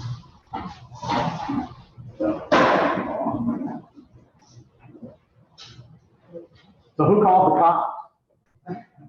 Well, I invited him down over there, Okay. but I thought he said that he had already received a call, but then he told me or somebody else that he couldn't help. So we went and walked around a whole bunch of other ones. He said, we'll call out the key, but. Yeah, I do have a key. Back the key. Yeah, I do know. Well, he got him open, right? He got him open, and we got a nice little refreshing one. Yeah. So it all works out. Because I only have like 300 steps today. So what were you saying about Austria closed down? Is that because of this new? No, it happened before. So did the wine tasting work? Did the people like the? Yes, and it was quite fun because when we talked about this, it was the night before dinner. And the cruise director came over and said, you know, I'm a little worried about tomorrow. I'm going to do this. Have you got any ideas? And I said, well, I got a great lecture we can do that'll entertain people. And I said, we got winemakers on board. We can do a wine tasting. And I was sitting with the winemaker of Kundi. And God bless him, she brought out some wines and she said, you know, are these going to be okay? Well, and he said, wait a minute. He said, I think we should all do it blind. He said, I think the winemakers should be tasting blind as well as the guests, which I'm just going to tell you, as a winemaker, most winemakers would prefer not to be in that scenario of being in a position where they could easily be held up for ridicule, or at least There's no upside for them. Yeah. And no, he said, no, I'm in. And he, because he is not only the winemaker at Kundi, but he is also the head of winemaking for Vintage Wine Estates. All the other guys sort of turned to him because he's in charge of, 15 brands and probably 80 or 90 wines. And he's got a team of winemakers working for him. So when he says something, all the other guys just sort of went, And so we did it all blind. It was fun, it was entertaining. It was, we had a Riesling, a Gewürztraminer, and 2 Zweigels. And tasted them with the crowd, and yeah, it was great fun. And the people really appreciated the fact that these winemakers were obviously, these were not grapes they were used to. Nobody in California makes Zweigel. So it wasn't as if they could, get on their high horse and talk about, I would pick these a little later, or I'd like to see a little more acidity here, because I like a little more oak. Zweigel, they had no idea. So they just sort of said, yeah, this is what I think of it. And they were clearly as much in the dark as the public, and that was great. So yeah. We've lost Alondra. She was the last time they could see you back. Okay, we'll wait one more minute then. See.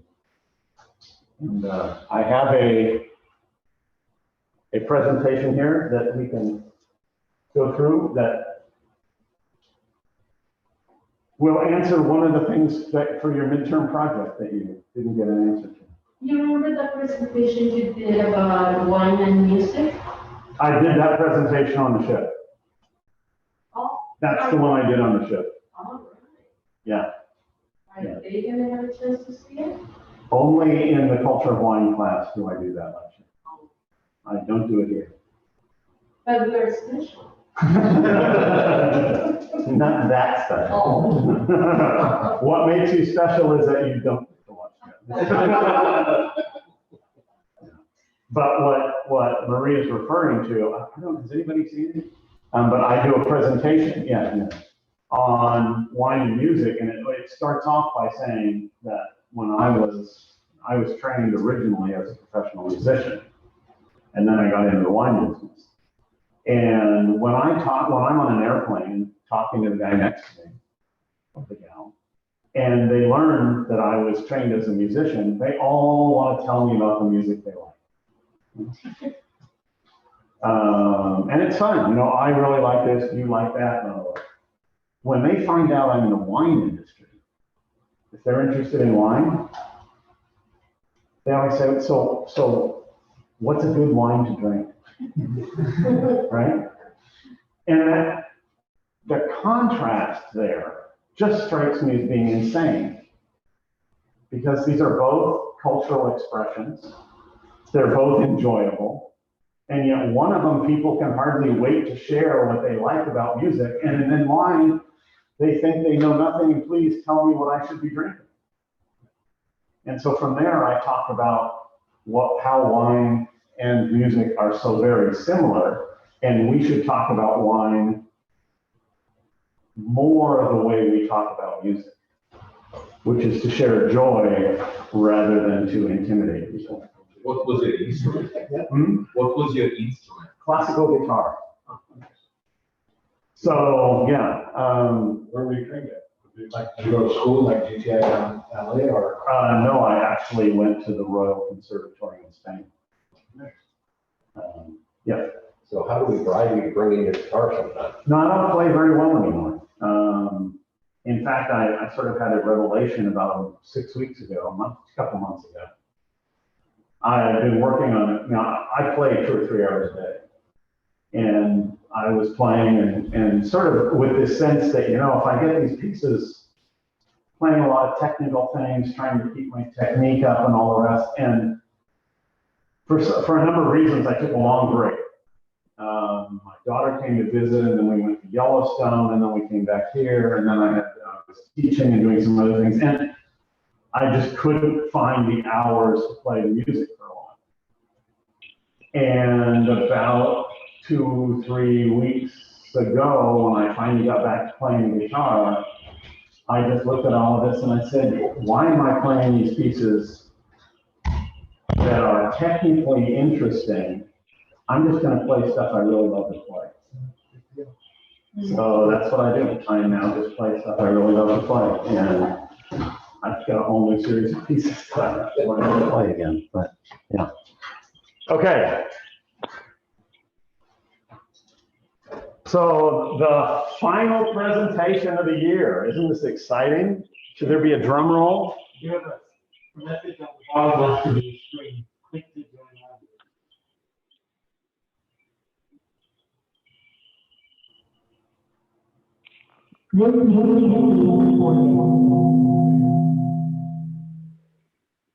Hello? Okay. Are you getting video from us? Ally, are you getting video? I can hear you.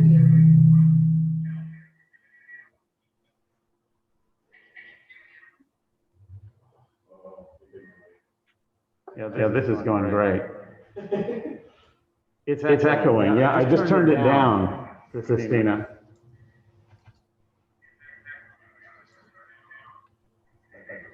You're actually in there for most of Somebody else has a mic on, so you Is your NBC instructor in? Yeah, that's what the one is instructor. Okay. That better?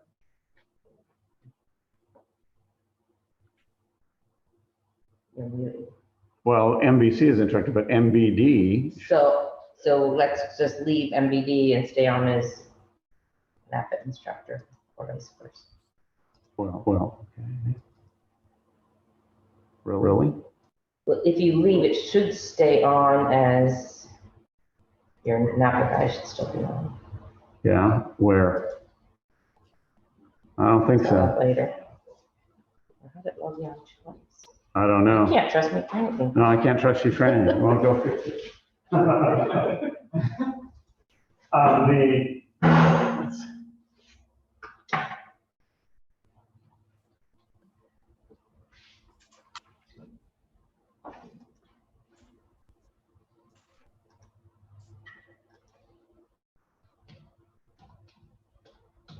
It's terrifying that you have that number I memorized. know, well, we've used it a lot. I have my passport number memorized these days, so.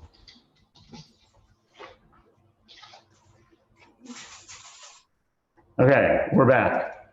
Let's see, it's got two. That's totally.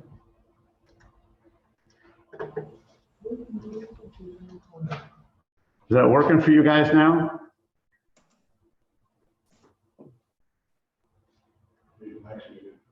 This mic is muted.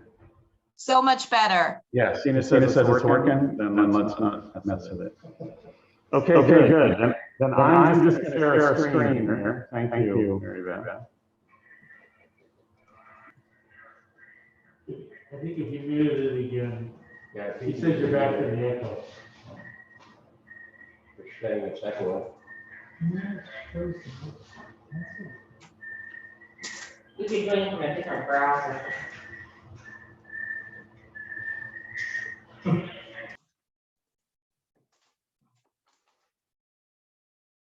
Oh, shit.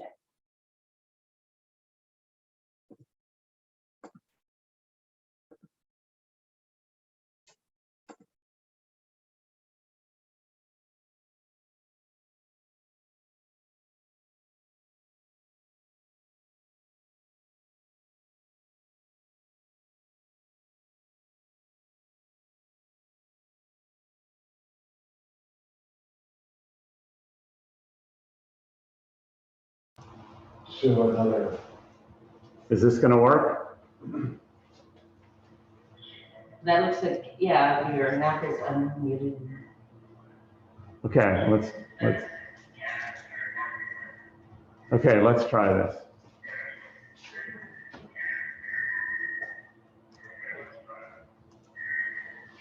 Maybe you just need to turn down the volume in here is where it's really good. Yeah. Is that right? No? No, s-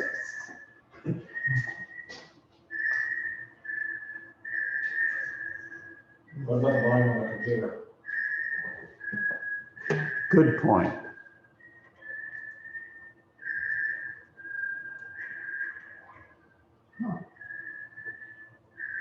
So I don't know where the audio is coming from.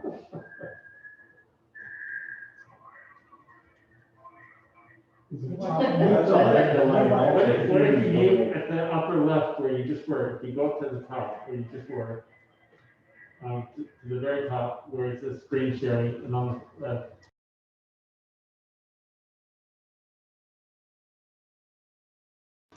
The NBC instructor. We can kill it all and get on from a different browser. And then it shouldn't have saved the Napa Valley and. Because I'm picking stuff up from you, Mary Beth. I'm wondering if it's your computer. Are you logged in here? Huh.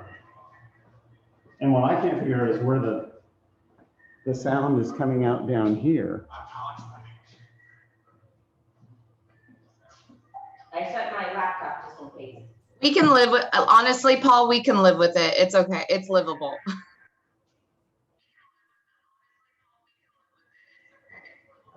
Okay, it is the weirdest thing that the sound is coming out somewhere deep inside the computer, so. It's the Matrix, don't you know? This is how the Havana syndrome begins. Right, okay. Well, I really just wanted to talk a little bit tonight about this idea of how you measure marketing. And I know it was something that you all struggled with in your projects a little bit, and I tried to give you hints of this, but I thought it would make sense just to get you up to speed on the whole thing from the beginning, so. Great, now I don't seem to be able to switch screens. There we go. So obviously, one of the ways you measure your success in marketing is these kinds of things. You look at your P&L, you look at your sales reports, you look at your balance sheet. But one of my concerns about using these to measure your marketing is that works great if your company is up and running and it's going along fine and you see changes and you can judge them. But if you're starting a new company, if you have to wait until you filled out your P&L for the end of the year to find out if you're going to be successful, you can lose a lot of money before you even realize that it's a complete disaster. So I think there's some other ways that you can start measuring this stuff. And it's one of the things that in your projects, I think this would make a lot of sense. So bear with me while we dig into this. Because the one thing you want to know with your marketing is not only is it working, but you'd like to know why. You'd like to know why it is working, why it isn't working, because in any marketing campaign, there's stuff that you need to change. If you're doing good marketing, you're trying new things. If you're trying new things, some of them aren't going to work. But the fact that they don't work doesn't mean you throw them out. It just means you've got to look at them and say, how can I fix them so they will work? Well, So it seems like one of the big values that can come out of that is you learn that your model's wrong. right. I mean, that's almost more valuable than, Yes. you know, if it's running as you expect, then that's one thing. That if it turns out that you go, we just modeled this all wrong, you know, we have Right. the wrong way of thinking about it. Yeah, then, but it may just be a question of quantity. But yeah, if your modeling is wrong, then, oh, we thought we needed to talk to 100 people to get 10 customers. We need to talk to 500 people to get 10 customers. Okay, now we have a decision to make, but one option is, let's go get the 500 customers. Let's go talk to 500 people. So yeah, you want profit, net worth, et cetera, but things like your average dollar per sale, your average customers per day. You know, it's always interesting talking to people and tasting rooms. How's your tasting room doing? Okay, are you selling enough wine? Not quite. Well, what would change that? Well, we need to do a better job of selling. But there comes a point in a tasting room where you get more and more people in there, and yet you're not selling more wine. There are many wineries these days who simply limit the number of people in a tasting room because they've noticed if they get 400 people a day, they sell $40,000 worth of wine. And if they get 800 people a day, they sell $40,000 worth of wine. And if they get 1,000 people a day, they sell $30,000 a year. Their sales actually go down even though they have more people in there because it's not a good experience for people. Well, we've been to a couple places, and I found it interesting because they, we go during the week. Yep. And talking to folks and in the tasting room, they said, this is the best time to go because unfortunately, Friday, Saturday, and Sunday, we don't have time to sit here and go back. That's and right. forth and, personal questions or, hey, where are you from? What do you do? Right. That sort of thing. And it becomes in person. Yep. And I think it's the interaction that helps with sales. Yep. The actual taste of the wine. Yep. And so ultimately, an experience like that means you have fewer repeat customers because they're not having a great time. It's kind of a crowd scene. Wine club attrition. Again, this is something that wineries can measure. Most of them don't, or they measure the attrition, but they don't know why they're losing people. I can tell them why. All of these things are things you can measure. Now, a couple of your projects specifically mentioned that you wanted to create a database of alumni that would then serve as a primary market for our marketing campaign. So my first question is, okay, how big is the database? And if it's right now, by the way, our alumni database is 0, although we have a new director of the foundation who swears he's gonna actually take care of this. But if your marketing plan calls for selling 100 cases to the database, then the question is, okay, how many people in the database do we need to sell 100 cases? Back to your model. And if our assumption is that everybody in the alumni is going to buy, let's say, 1 bottle of wine, then we need 1,200 people in the alumni database in order to sell our 100 cases. And if we don't have 1,200 people in our database, the plan ain't gonna work. And you can know that before you even have the wine, because if your database, you can't get your database above 400 people, your plan isn't gonna work. So one of the things as you create your marketing plan, you need to look for these markers to say, how many Facebook fans do you think we need to legitimately say we've got a Facebook club for Napa Valley College? How many people do we need in an alumni association? How many people can we sign up in advance for our wine club every year so that we can go to Paul Gospodarczyk and say, you need to bottle more wine? Because we've got 300 people in the wine club and they'll each buy a case and you're not making near enough wine for that, cowboy. So all of those sorts of things are things you can measure before you go down the rabbit hole of we've bought all the equipment, we've made all the wine, we've spent all the money, and it's not selling the way we'd like it to. You want to have these intermediary measurable steps. And by the way, for a wine club, if you have a wine club, let's say there are 1,000 people in it, you send out an email to your wine club. How many people open the email? You need to measure that.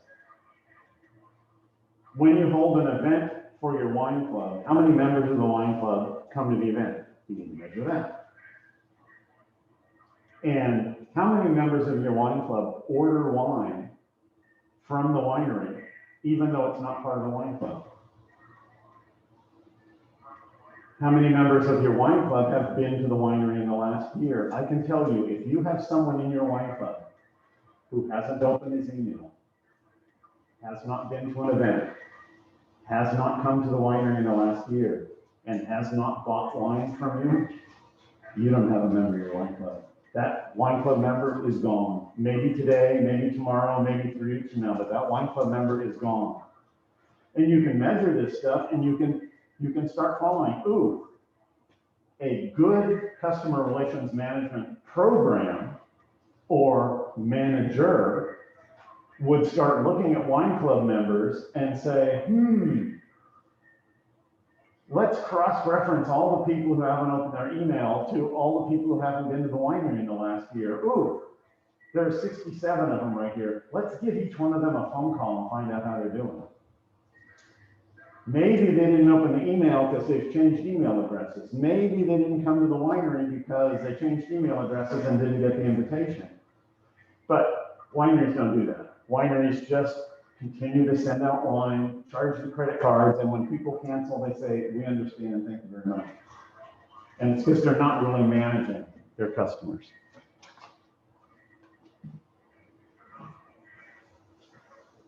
So what metrics can we use to measure our marketing? Again, I love this. You can't manage what you can't measure. So we need to find ways to measure this stuff, right? One thing is contacts. When you, for example, the head of the Napa Valley College Foundation has their annual Christmas party. It's going to be in the Performing Arts Center. And they invite all their donors to show up. And this is an attempt to ask their donors for more money. And my immediate question is, who's pouring the wine and what do they know about the wine? Because often they hire staff from outside the college to pour the wine and then nobody even knows about the wine. And, yeah. But contacts, who's going to be there? Whose business cards are there? And my question would be, at an event like this, how many of these people are going to sign up to join the Napa Valley College Wine Club? Because we should have one. We should have a little brochure. We hand it to them. They sign up, $300, and they get 12 bottles, any 12 bottles of Napa Valley College wine that they want from our list of current inventory. There are going to be 200 or 300 people at the party, and if 10% of them become wine club members, then pouring a little wine at the wine club party is an absolutely great idea, because we just got 30 new wine club members times $300. Yeah, that's $10,000, right? Am I doing that math right? Just about. Yeah. Yeah, that would be a good thing. So when you go to events, when you do events, I like the idea of creating a little spreadsheet that tells you all of the things you expect. And then you can measure whether you got the big question, was it worth it? And the example I just used, if we get 30 wine club signups at the holiday party, it was worth it. So I love this idea of creating a spreadsheet. And every marketing activity has its own little line item for the spreadsheet. And it starts out with costs. How much money, how much time, how much product. And if there are fees, if you have to pay for a booth or you have to pay for something, all of that goes in one column. And then in the next column, you give this list of quantifiable results. How many business cards did you collect? How many visits did you schedule? How many people took a wine club brochure? How many people scheduled a visit to the winery? One of the things I love to do if we're pouring wine and tasting, I'm handing out little coupons. The coupons just say, good for one reserve wine at our winery. Now we're pouring reserve wines all the time. It's not like it's going to cost us any money to pour a reserve wine for this person. Why am I giving out the coupons? To find out how many people at that event eventually show up at the winery. Because if I give out 150 coupons and nobody ever shows up at the winery, I know this event isn't working for us. On the other hand, if the day after the event, I get 100 of those people showing up at the winery for their reserve tasting, I'm thinking, you know, this is why we do this.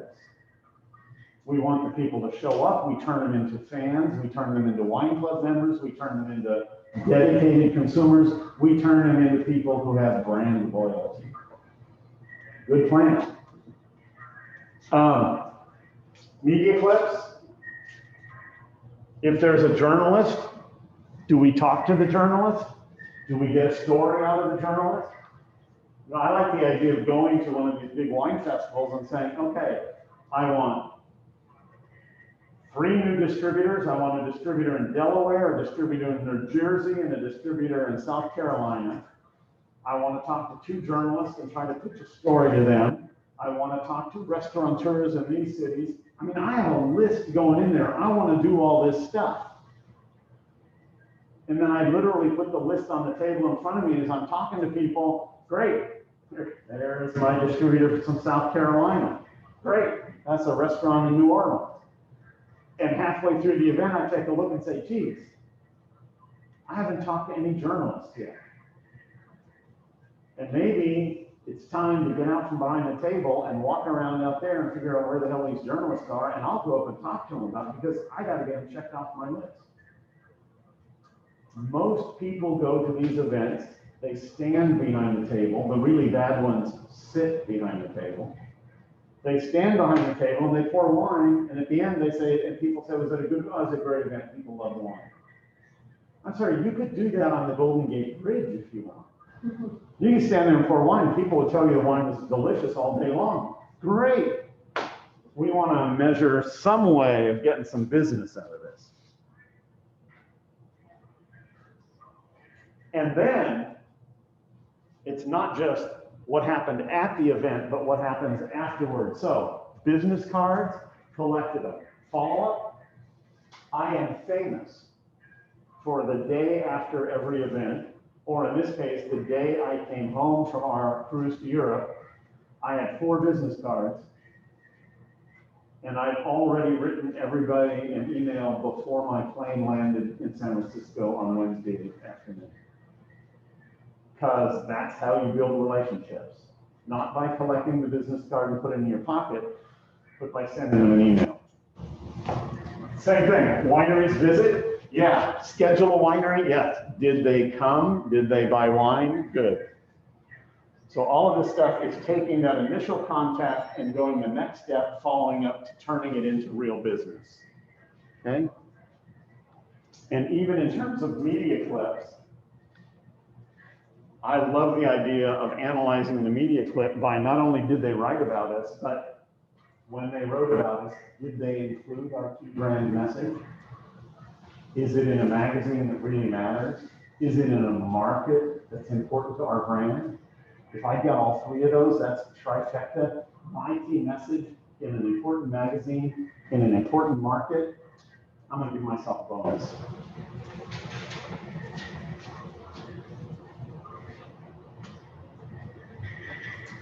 So you add this stuff up, those are your costs, and then you cross-reference it against all those results. I'm not yet willing to argue that you add up all the results and you add up all the costs and you say these results are worth those costs. I think that's still hard to do. But it is possible to look at 10 events and say, this one cost $3,000, $2,500, $5,000, $2,000, $3,000, and the results were spectacular, mediocre, horrible, spectacular, spectacular, and say, okay, the horrible one, we don't do that again. The mediocre one, if we can't fix it, we don't do it again. The other 3 that are spectacular, where can we find more events like that?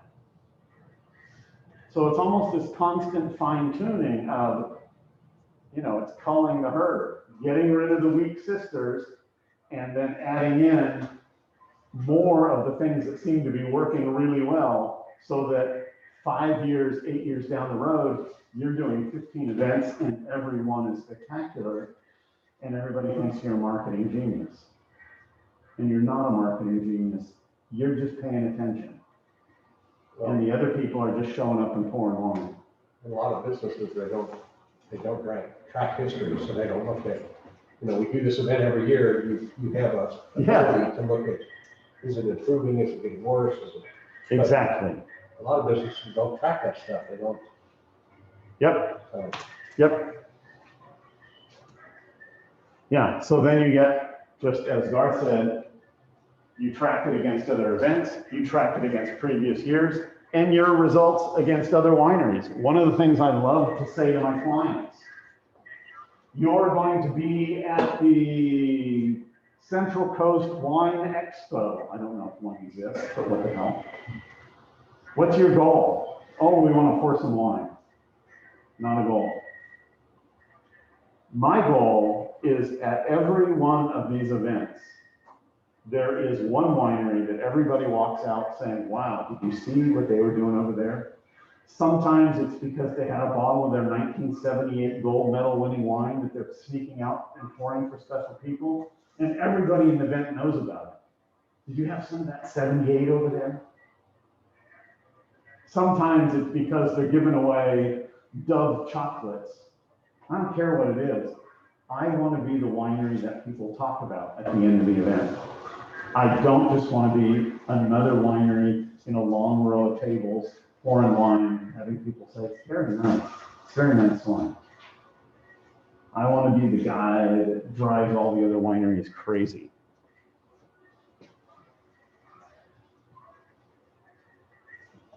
So then once you've measured it, it gives you a chance to manage it. So you can start adapting, you can start changing, you can start saying we need to do more of this, less of that. ROI. Somebody must know what that is. Return on investment. So the ones that seem to be worth the most, that gives you the biggest return on your investment, those are the ones you do. And if they're low, you get rid of them. And if they're high, you do more of them. You need to be creative, always figuring new ways to do things. And even though your mother-in-law really likes that one event, you need to be ruthless. If it doesn't make sense, if it's a low ROI, you have to tell your mother-in-law, I'm sorry, but we're not doing that event anymore.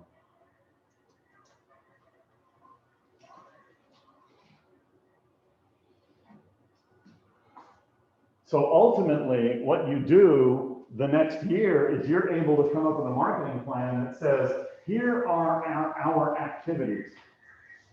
Whether they are events, whether they're public relations campaigns, etc. Here are the expected results we want to get. And the good news is everybody signs off on this.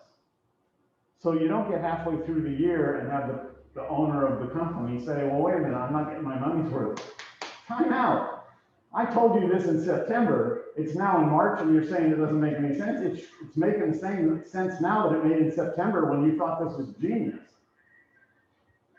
So by defining those expectations, you then have a very easy way of saying, here's the expectation, we nailed it. Here's the expectation, fell a little short here, but I think we can fix it. Here's an expectation, we will never do this event again, didn't work.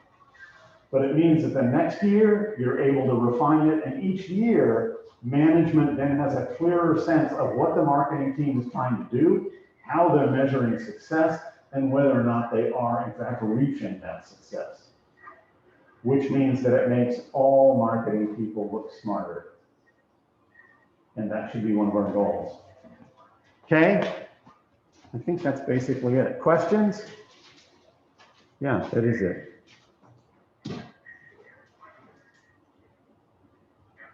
Comments?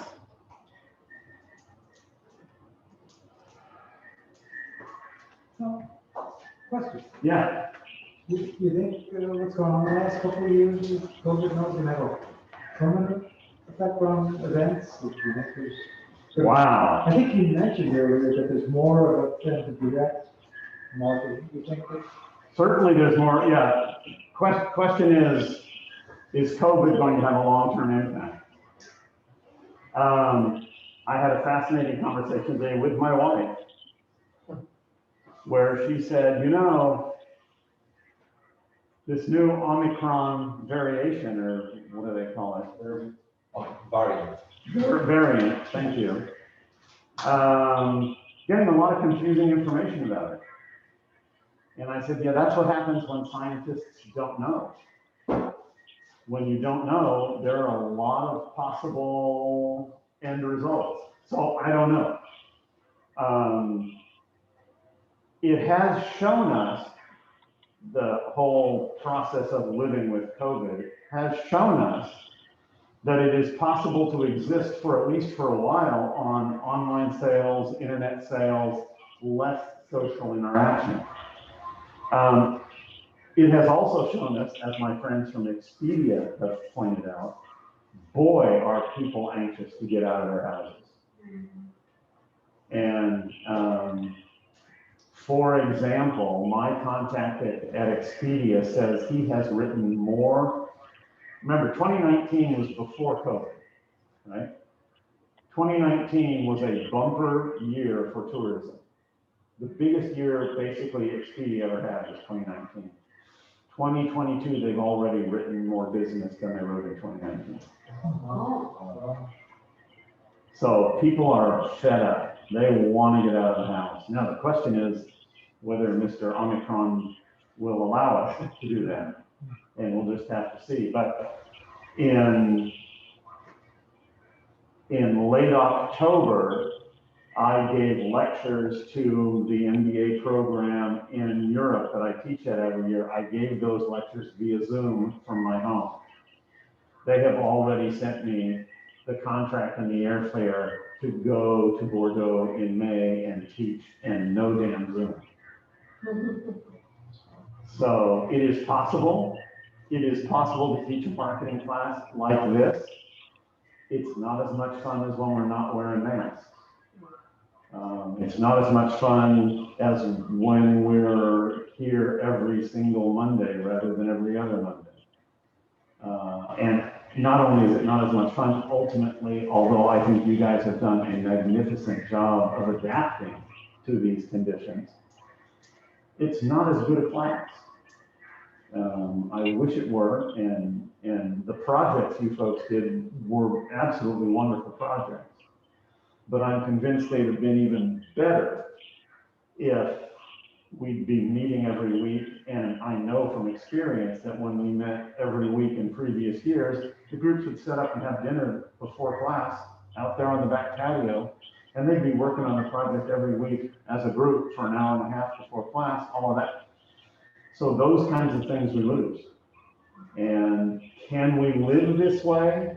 Yeah, but can wineries survive with a wine club that doesn't, if you think about this as a wine club, wine event, tasting room, it's not as good as it was before. So the question is, can it survive? Yes, but can it really thrive? And I don't know. I'd like to believe that people are still hungry for wine and still want to have these sorts of experiences, but it'll take some adaptation on both sides. You know, Steve Mathiasen, winemaker here, immediately when we had to shut down tasting rooms, he announced that anybody who bought 6 bottles of his wine direct from the winery, he would show up and do a Zoom wine tasting for them and any friends they wanted to invite. Great idea, but it's been going on now for a year and a half, and you know, he's kind of, we need to come up with a new plan. So yeah, I don't know. I hope this disappears. I think we can continue to survive for a while. But God, it'll be great to just be able to shake people's hands and hug them and see their faces and do all the things that make us human. But I don't see it going back to the way it was. Very hard to imagine, isn't it? Yeah. Yeah. I mean, it's just been some dramatic changes, and I don't think you just undo those. Right. Yeah. And it is amazing to me that on some levels, things are continuing. 49ers have a full stadium on Sunday. That's mind-boggling to me. Well, the article that you posted on online sales, I was thinking about the whole COVID thing as I was reading that. I would have thought it would have had more dramatic impact on driving the percentage up than it did. Yeah. And, Yeah. Well, I'll tell you, the big impact, to me, bigger than the impact of COVID was the 2008-2009 crash. Because that, if you think COVID affected restaurants, boy, what that did to restaurants. People just stopped going out to dinner. And when they did go out to dinner, they had 1 glass of wine per person instead of, before that, they were buying, 3 bottles for 3 couples. And that brought the whole restaurant business, not to a screeching halt, but it just slowed it down to a traffic jam crawl. And I don't think it ever has completely recovered from that. We carry this sort of memory with us. We'll have to see. Yeah. Well, I have a question. Any you other hear me? questions, comments? I have a question. Can you hear me, Yes. Paul? Is the living in two different states now, I can definitely see major differences in how businesses conducting and normalized versus non-normalized situations, varying state to state. Is the COVID protocol impact on California wineries being overshadowed by, say, like Texas wineries that have not had to close their tasting rooms? Have you seen the numbers on that? Because I know like our wine region here in Texas has been full open for a long time now.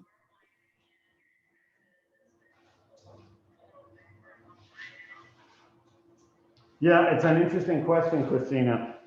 For those of you who couldn't hear, she said, has the impact of COVID and COVID procedures in California impacted California wineries to the point where they are maybe less competitive than wineries, for example, in Texas, where they've never had to close down? I think wineries in Napa are doing reasonably well with tasting room sales. The tasting rooms are still open.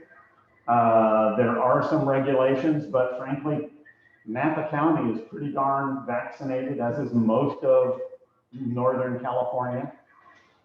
So we seem to be doing okay. But, the thing I would point out is I was in Europe and I was going to regions that were fairly well vaccinated.